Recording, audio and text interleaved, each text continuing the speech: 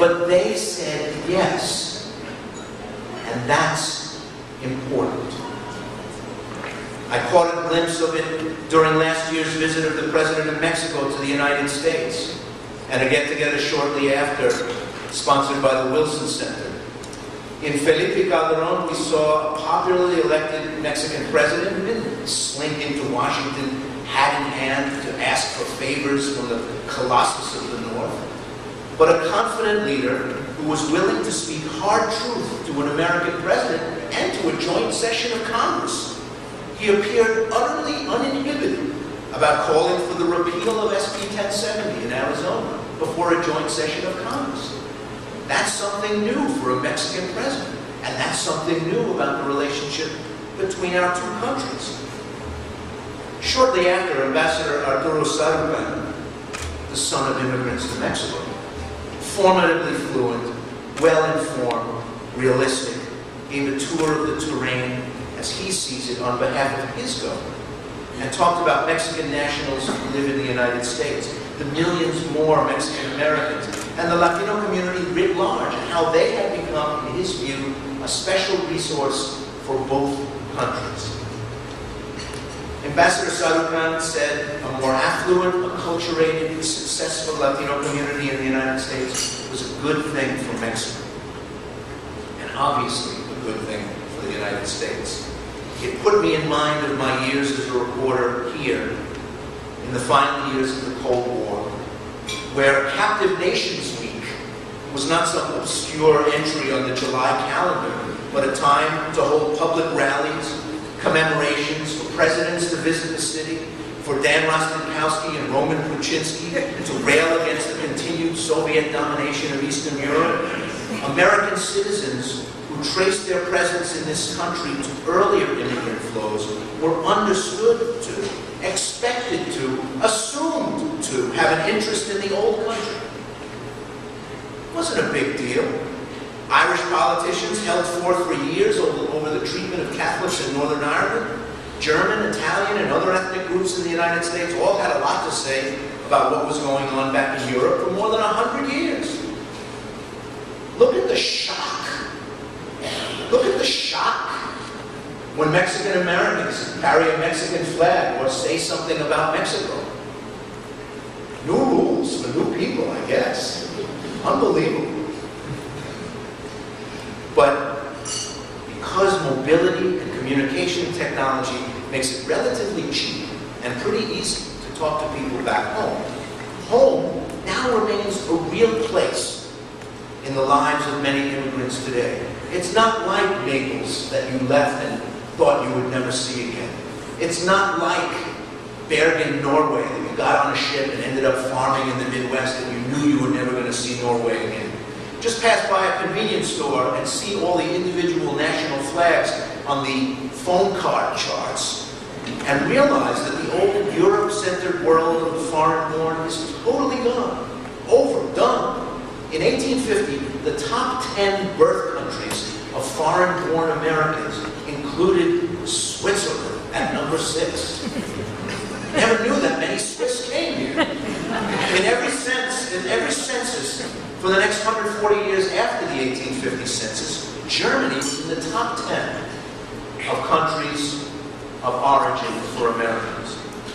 By 2007, no sending country in the top 10, except for Canada, sent mainly white immigrants to the United States.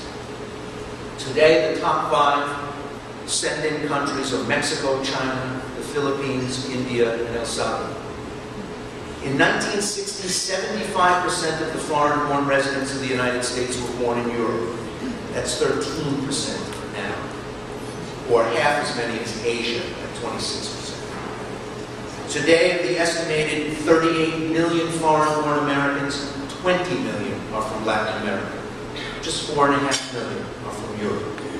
Those immigrants from the developing world have close and continuing ties to their home countries.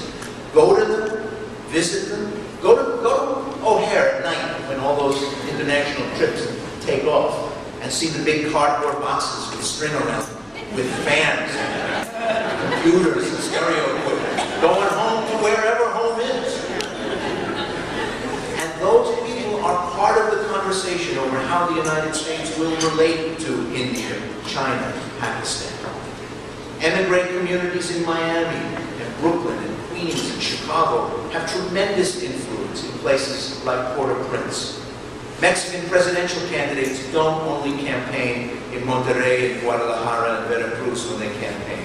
They also come here and go to Los Angeles and Dallas, where there are both voters and media attention.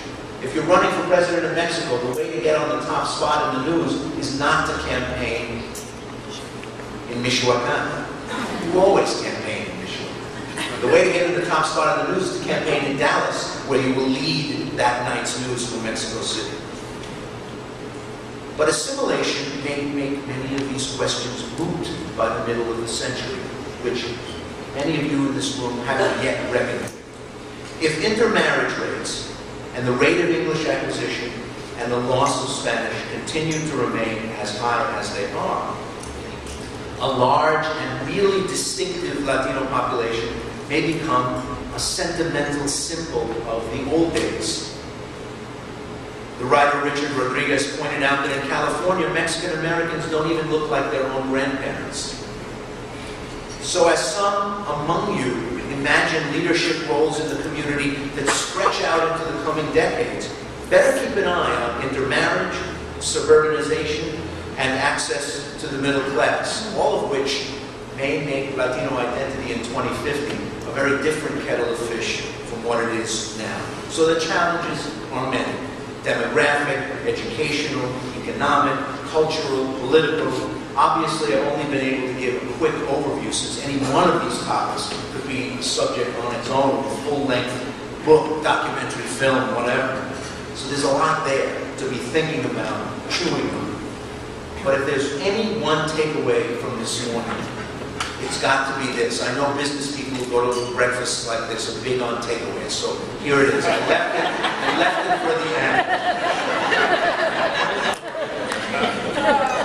This community is now too big for America to try to succeed without it. Our future prosperity is this country's prosperity, and if we don't make it, it won't just be us that's worse off for it. Everybody will be worse off for it. Thanks for having me with you this morning. I'm selling my book.